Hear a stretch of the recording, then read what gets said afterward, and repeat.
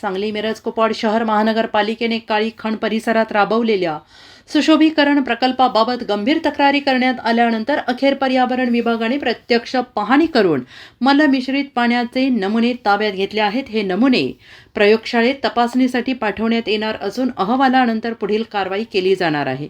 काळी खण प्रकल्पाचा मूळ उद्देश पाण्याचे प्रदूषण कमी करून ते प्रदूषणमुक्त स्वरूपात नागरिकांच्या वापरात आणणे हा होता। मात्र हा प्रकल्प पर्यावरण संरक्षणाऐवजी केवळ सौंदर्यीकरणाकडे वळवण्यात आल्याचा आरोप तक्रारदारांनी केला आहे। कोट्यवधी रुपयांचा खर्च करून अनेक कामे बेकायदेशीररित्या करण्यात आल्याचे तक्रारीत नमूद करण्यात आलेलं आहे। नियोजित 18 मीटर रुंदीचा रस्ता 12 मीटर करण्यात आला। रस्त्याचे रुंदीकरण करण्याऐवजी अरुंदीकरण करण्यात आले। तसेच नियमबाह्य पद्धतीने पादचारी मार्ग वाढवण्यात आल्याचा आरोप आहे। सार्वजनिक अंतर आणि सुरक्षिततेचा मुद्दा महत्त्वाचा असतानाही महापालिका प्रशासनाने त्याकडे दुर्लक्ष केल्याचं सांगण्यात आलेलं आहे। या तक्रारींची दखल घेत पर्यावरण विभागाच्या अधिकाऱ्यांनी प्रेमनगर परिसरातील काळी खण येथे भेट देऊन मलमिश्रित पाणी ज्या ठिकाणाहून खणीत मिसळत आहे त्या ठिकाणची पाहणी केली आणि पाण्याचे नमुने घेतले। यावेळी महापालिकेचे उद्यान अधीक्षक, परिसर स्वच्छतेची जबाबदारी असलेले स्वच्छता निरीक्षक, बांधकाम विभागाचे अधिकारी राजपूत तसेच तक्रारदारांपैकी शंभूराज काटकर, तानाजीराव रुईकर, पर्यावरण विभागाचे कर्मचारी, नागरिक उपस्थित होते। प्रयोगशाळेचा अहवाल आल्यानंतर प्रशासन कोणती कारवाई करते यावर पुढील भूमिका ठरवली जाईल। गरज पडल्यास रस्त्यावर उतरून आंदोलन कायदेशीर लढा देण्याची तयारी आंदोलक आणि तक्रारदारांनी व्यक्त केली।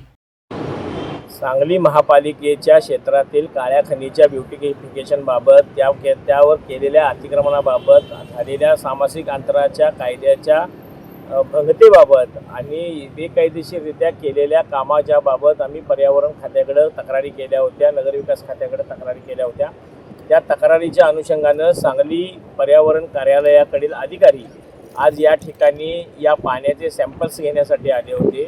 आज त्यांनी या ठिकाणी मलमिश्रित पाणी जे आहे त्या पाण्याचे सॅम्पल घेतलेले आहेत। तिथून गटार जॉईन होते तिची माहिती घेतली, त्यांनी तिथे व्हिजिट दिली। त्यानंतर त्या ठिकाणचे पाण्याचे सॅम्पल्स आणि खनिच्या जिथून कारंजा उडवला जातो त्या ठिकाणचे पाण्याचे सॅम्पल्स आता आमच्यासमोर घेतलेले आहेत। ते आमच्यासमोर सील करून घेतलेले आहेत आणि आमचा जो महापालिकेच्या बाबतीतला या विषयावरील लढा होता तो सातत्याने चालू आहे।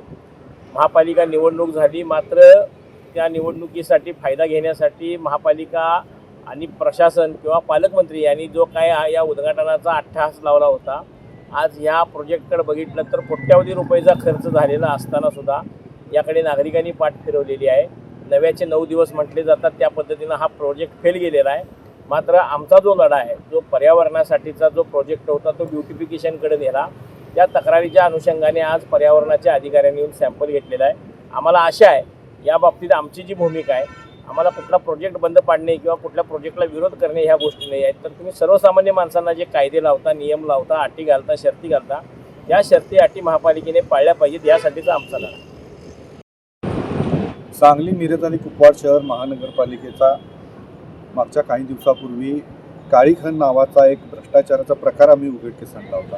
त्या प्रकाराच्या अनुषंगानं प्रदूषण नियंत्रण मंडळाने तत्सम न्यायप्रणाली यांच्याकडे आम्ही तक्रारी केल्या होत्या। त्या तक्रारीच्या अनुषंगानं काळ्या खणीमध्ये कोणतीही प्रक्रिया न करता मैला मिश्रित पाणी ज्या ठिकाणी सोडलेलं आहे त्या ठिकाणाचा पंचनामा प्रदूषण नियंत्रण मंडळाच्या अधिकाऱ्यांनी केलेला आहे।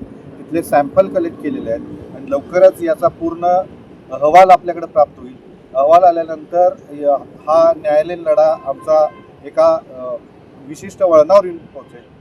हा तर आमचा लढा चालूच आहे, पण धम्म प्रशासनानं अजून देखील या संदर्भात कोणतीही भूमिका आयुक्त असतील किंवा पर्यावरण विभाग असेल महापालिकेचा, यांनी कुठलीही भूमिका या ठिकाणी मांडलेली नाही आहे। आता काही दिवसापूर्वी हा प्रकल्प राबवण्यात आला। आज तो प्रकल्प जसं आमचे सहकारी मित्र यांनी म्हटले की नव्याचे 9 दिवस हे संपलेले आहेत। कोट्यवधी रुपयाचा निधी ही उधळपट्टी झालेली आहे, हे सिद्ध झालेलं आहे आणि आता नागरिकसुद्धा या पूर्ण प्रोजेक्टकडं पाठ फिरवलेली आहेत। नव्याचे 9 दिवस संपलेले आहेत। कोट्यवधी रुपये पाण्यात घालणाऱ्या प्रशासनाला जोपर्यंत या सर्व गोष्टीवर धडा मिळत नाही किंवा कारवाई होत नाही तोपर्यंत आमचा लढा हा चालूच राहील।